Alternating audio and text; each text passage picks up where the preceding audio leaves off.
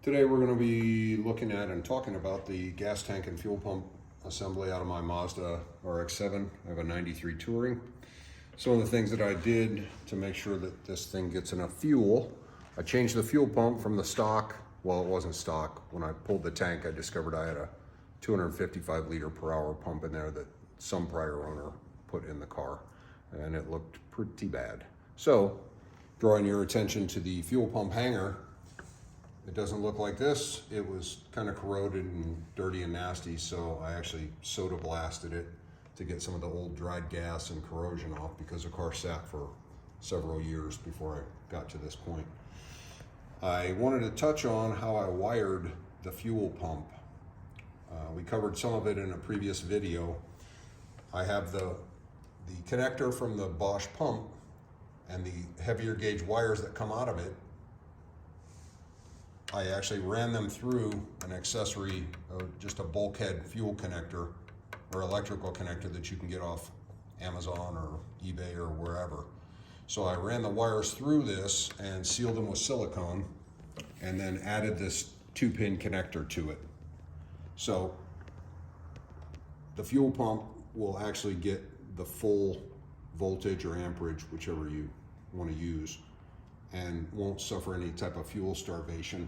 I wanted to cover today what I mentioned previously about where you run this connector through the actual lid of the fuel pump hanger. When you have all the connections and all these hoses off, it looks like there are a bunch of places that you can put it, and there really aren't. So for the purposes of the video, I just stuck a couple of old fuel lines on here. So you can't put it here because it's in the way. You could maybe stick it right in that corner, but then your fuel pump or your fuel lines are not going to line up with the connections up in the back of the car. You can't put it here because this is where your fuel sender and fuel pump electrical connector goes. Then you have another fuel line coming off of here. So after looking at all this, I discovered that this is going to be the best place to run the wires through. This hose has a natural bend to it. I didn't do this. This is a Mazda hose. This is the way it comes. So if you put it here, it causes no interference whatsoever with anything else. And even if you were to try to put it somewhere in this region, the hanger itself that holds the pump has kind of a semicircular metal portion that's brazed to the bottom of this thing. So if you try to drill down here, you're going to discover you're ruining the hanger underneath. So in all reality, this is the only good spot to put this, unless you want to bend some things or have fuel lines getting twisted.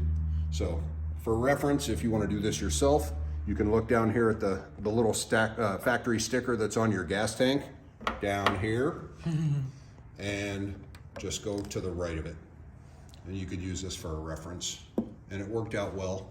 And so now my fuel pump will be getting full voltage because I have the Saki Bomb fuel pump rewiring set up with the additional relay on it.